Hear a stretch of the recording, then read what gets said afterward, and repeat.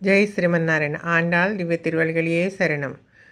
ధనుర్మాస వ్రతంలో ఈరోజు మనం 26వ రోజుకి వచ్చాము. 26వ పాసురం మాలే మణివన్నా పాసురం. దీన్ని నీరాట పాసురం అని కూడా అంటారు.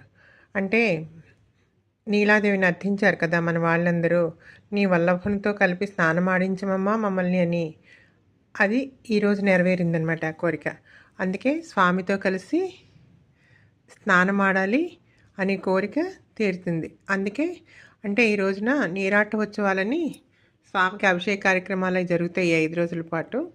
అంటే మేము ఉదయం మా పెరుమాళ్ళకి అభిషేక కార్యక్రమం తిరుమంజనం చేసుకున్నాము.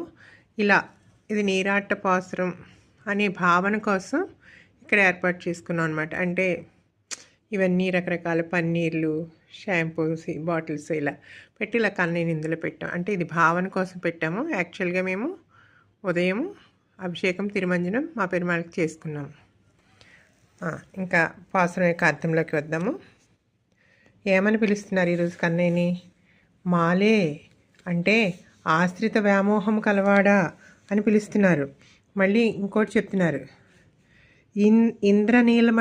ఇంద్రనీలమణిని పోలిన కాంతియు స్వభావమును కలవాడా, ఘటన సామర్థ్యంచే చిన్న మరియాకుపై అమరి పరుండి ఉండినవాడా. ఇది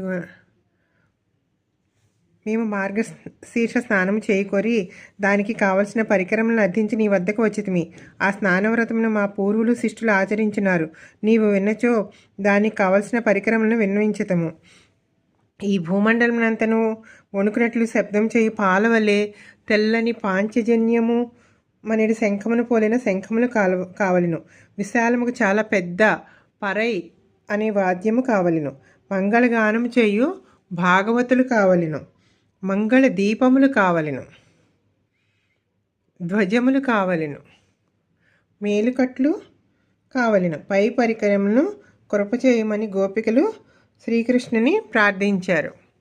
అంటే ఇలా స్నానవ్రతం చేస్తున్నాం కదా, ఈ స్నానవ్రతానికి అయితే మీకు ఏం కావాలి అర్రా అని అడిగాడు కన్నయ్య. అంటే ఏమేం కావాలో చెప్తున్నారు.